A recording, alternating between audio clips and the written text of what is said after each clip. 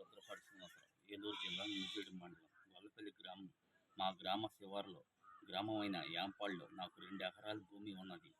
గొల్ల గత ఆ, కొన్ని గత గత ఎన్నో ఏళ్లుగా మా పెద్దల నుంచి సాగు చేసుకుంటూ వస్తున్నాము. ఈ యాంపాడు సాగుదారులను దేవస్థానం వారు మరియు రెవెన్యూ వారు అనేక ఇబ్బందులకు గురి చేస్తున్నారు. కావున ప్రభుత్వం స్పందించి 2003లో 430 జీవోను ఇచ్చిన రైతులకు హక్కు కల్పించాలని, ఏ విధంగా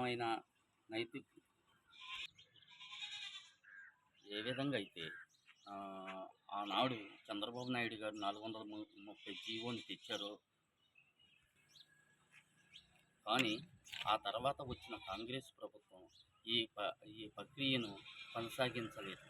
అందువల్ల ఇప్పుడు 2003లో లాగా ఒక జీవోని తెచ్చి రైతులకు పక్కాగా హక్కులు కల్పించాలని కృషి చేయాలని ప్రస్తుతం ప్రభుత్వాన్ని విజ్ఞప్తి చేస్తున్నాము.